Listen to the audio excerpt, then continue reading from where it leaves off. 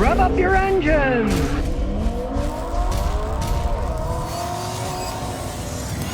Turns out that Minneapolis has just banned any further construction of any drive-through businesses. They say that they're polluting the air, having a bunch of vehicles waiting in line, going through the drive-through instead of stopping, getting out, and doing their business. Now, this isn't just fast food restaurants. This is any type of drive-through. They're not allowing to build any new drive-throughs. They're going to make people get out and then do their business and come back in their car. Kind of interesting. Here, the other day, I was driving down the street. Half a mile down the street from me, there is a Starbucks. And across the street from it is another Starbucks. They're not owned by the same guy. They're different businesses. But when you go by them, there is a line of cars in the street early in the morning, lining up to get their coffee. They're too lazy to get out. They'd rather wait in line.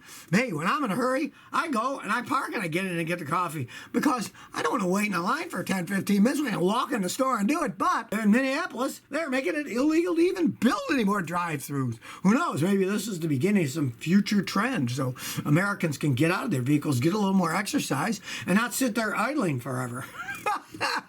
Well, good luck, Minneapolis. We'll see how that goes. I'm assuming that some of these companies are probably going to take them to court and sue them because they'll lose some of their business or something. But there's one for the people in Minnesota. Bevel says, the new CRVs with Earth Dream engines are going 7,000 to 10,000 miles with maintenance minor change oil. Is that too long? Yes. Now, normally with pure synthetic oil, I say change it every 7. Some guys say every 10. But they've had problems with those Earth Dream engines with oil dilution problems. So that gasoline is mixing with the oil, and that eventually can destroy your engine.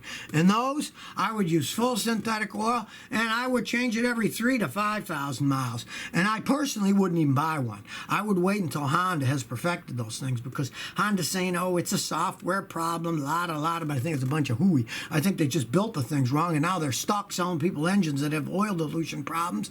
And yeah, it might not be till 100,000 miles that your engine finally wears out, but hey, you want an engine from Honda that wears out in 100,000 miles? I see old ones with 400,000, they're still going strong. So I think Honda screwed up on that one. I would definitely not go that long. I would change it a lot, and personally, I wouldn't even buy one. Tim 1974, what do you guys think of a used 2015 Dodge Dart manual tranny? It's 35,000 miles on it. It's a manual transmission, so at least it doesn't have that horrendous Fiat designed automatic transmission that's garbage. But realize that's basically an Italian vehicle, and as they age, they turn into money pits. It doesn't have any miles on it, and it's 5 years old. If you can get it dirt cheap and you don't mind the way it rides, it can be an okay knockaround vehicle. But don't think you can buy that thing, put 20,000 miles on a year, and not have it fall apart in front of your very eyes. If you can get it cheap and it's a knockaround car, what the heck? But don't pay much for it. They are worth practically nothing. From what I've seen, they're not making them anymore anyways because they were such crappy cars. Jet Thompson 98, I'm in the market for a new 1-ton truck, daily driver hunting truck. I like the new Ram 1500, but I'm gun shy of Chrysler because of their quality. I like the F-150, but I don't like the idea of those EcoBoost V6s. Should I try one of those, or should I get F-150 with V8? Get the F-150 with the V8. You'll be happy. Those things can run forever if you take care of them, change the oil regularly.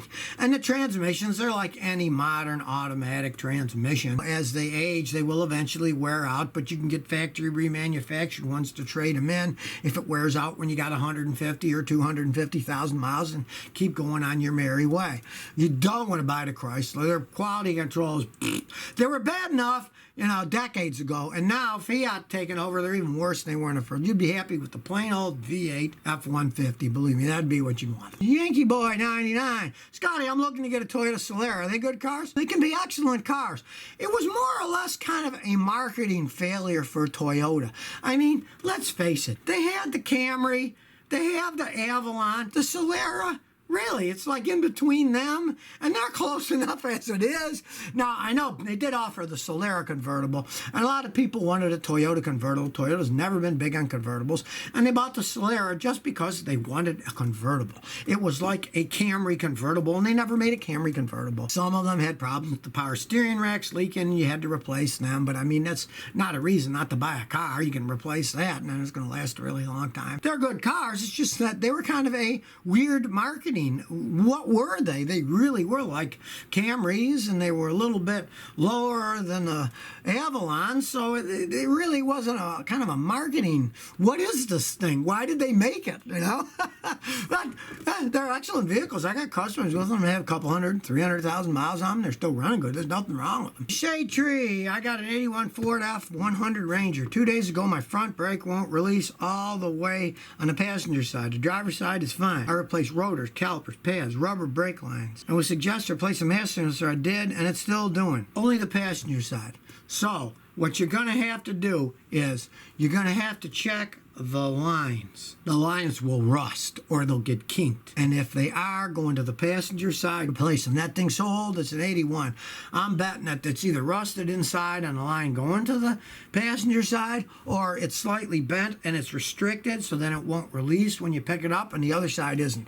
That would make the most sense. Now, it's not going to be a differential valve or anything because that's the front brakes to the rear brake pressure, and it's the right front that's sticking, not the left. And so the valve doesn't affect. It affects the front versus back, but not one front versus the other front. Look for rust related or metal bending related on that old truck. So if you never want to miss another one of my new car repair videos, remember to ring that bell.